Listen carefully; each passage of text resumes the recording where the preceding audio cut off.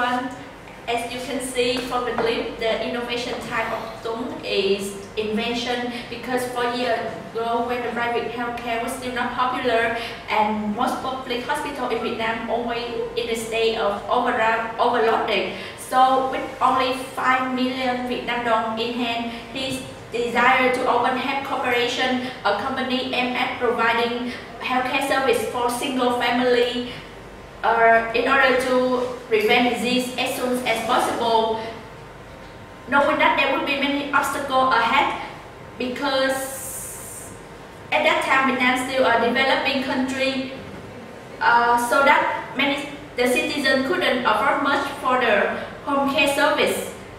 Moreover, the harder thing he has to deal with is the discrimination against the private service, because they think that it is neither reliable nor affordable. However, he still formed a business plan and sold them to the investors who are interested in, and surprisingly he got the capital from shareholders who are passionate with the medical field and those who could foresee the potential benefit in the future.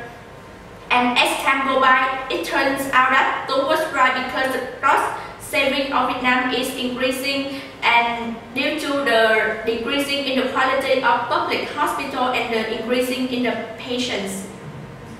To understand more about him, let's talk about Thuy's characteristics. Yeah, thank you. And to continue, I would clarify the Thuy's success by investigating some of his traits as well as the characteristics.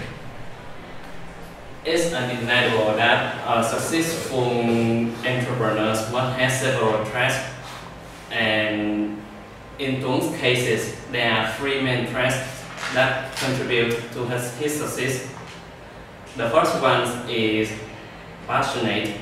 As you can see that Thuy always stick to his goals without giving up, although he has faced several financial problems as well as the regulations to deal with the government in Vietnam. For example, at the first year, Thuy and his colleagues must accept working without no profit in order to maintain his business as well as to expand it. Besides that, as the private healthcare is something new in Vietnam, so Thuy also face strict regulations from the government, and he has to deal with it. The second characteristic that also built to Thuy's success is motivations. In other words, he is very extrinsic motivated. As for instance, Thuy's the most powerful motivations that motivates him to go to the business is his father's case, as he always regretted that I would do something better to my father's health if he was diagnosed carefully before. So that idea always chased him to try to bring the new private healthcare to Vietnam in order to help other patients to be diagnosed first. And another thing that also motivates Thuy is the overloading state of the hospitals here. And finally, the most imperative trait that contributes to Thuy's success is his visionaries. And once again, you can see that there are many entrepreneurs out there who practice healthcare by building their own hospitals or providing the healthcare services, but none of them has seen the lack of private healthcare in Vietnam and the overloading state. So Thuy is the first person to bring that service to Vietnam.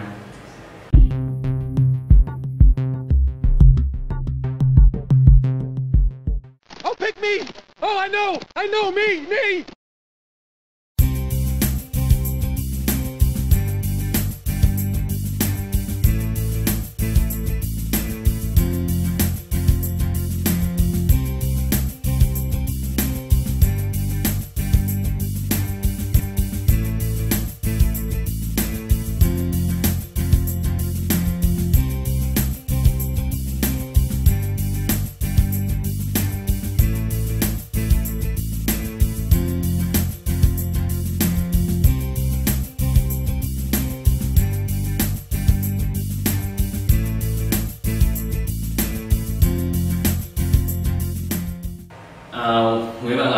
Has shared the same similar characteristic like Thuy, the CEO of health corporations, that is visionaries. As like Thuy, Lộc also captures the popular and unpopular trend of the young in Vietnam that they try to make their own t-shirts, or in other words, it can call the customized t-shirts. And Lộc try to dominate that fashion industry very from the first beginning of this type of industry. And another characteristic that also contribute to Loc's success is innovation. That is, in other words, Lộc was very innovative in the way he tried to promote his t-shirts industries. For example, he designed his own t-shirts with a group of friends, and they all walk to the park to attract everyone else, and as a result, many people, including the expats, they was very attracted to those t-shirts. And the final trait that also contribute to Loc's success is his passionate or ambitious. Locke, as like Thuy, he also shared the extrinsic motivations. For example, Locke tried to earn the largest amounts of profit in his fashion industry, and he tried to get more ideas from holding competitions for young to design their own. My heart's a stereo, it beats for you, so listen close. Hear my thoughts in every note.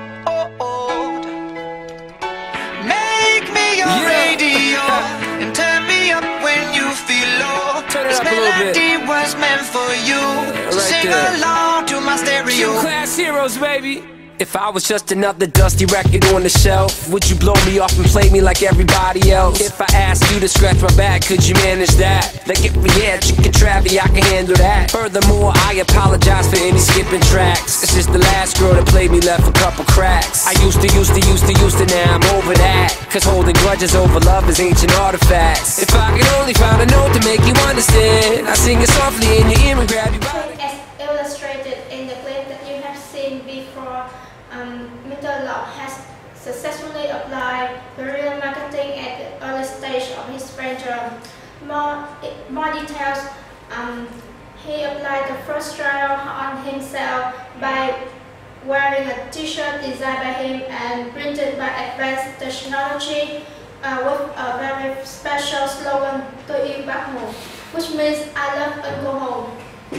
This kind of slogan was quite new and impressed a lot of people. By wearing this at a crowded park, Mr. Lộc and his friends really caught a lot of attention from people, including Vietnamese and foreign tourists presented at that time. A lot of them felt that they would be interested in that t-shirt and stated that these t-shirts were very impressed and lovely, which means that he has been successful.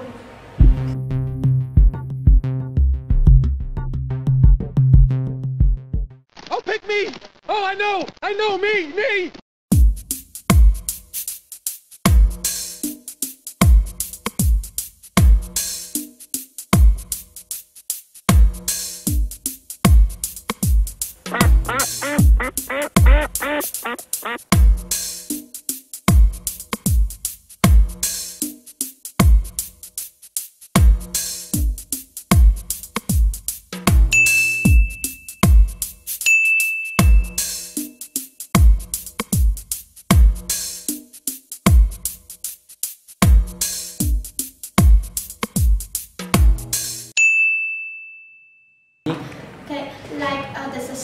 Like the success of guerrilla marketing application from Viet, Mr. Phúc from Bánh Xèo Mười Xìm has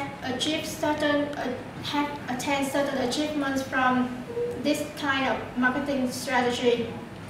More specifically, on the 23rd of September, on the occasion of food festival celebrated at a crowded park, finding that there would be a huge number of people gathering together here, especially the foreign tourists.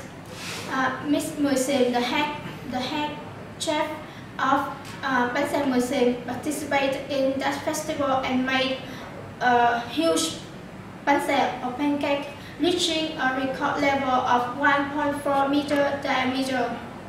This really had an impact on people's curiousness. After the completion of this pancake, everyone at the backend enjoyed together. Through this event, all people can have a chance to taste this delicious food, and foreigners had the opportunities to try this Vietnamese traditional food. So as a result, there would be no better chances to advertise for this restaurant. My heart's a stereo, it beats for you, so listen close. Hear my thoughts in every note. Come on. Make me your radio and turn me up when you feel low. This melody was meant for you, so sing along to my stereo.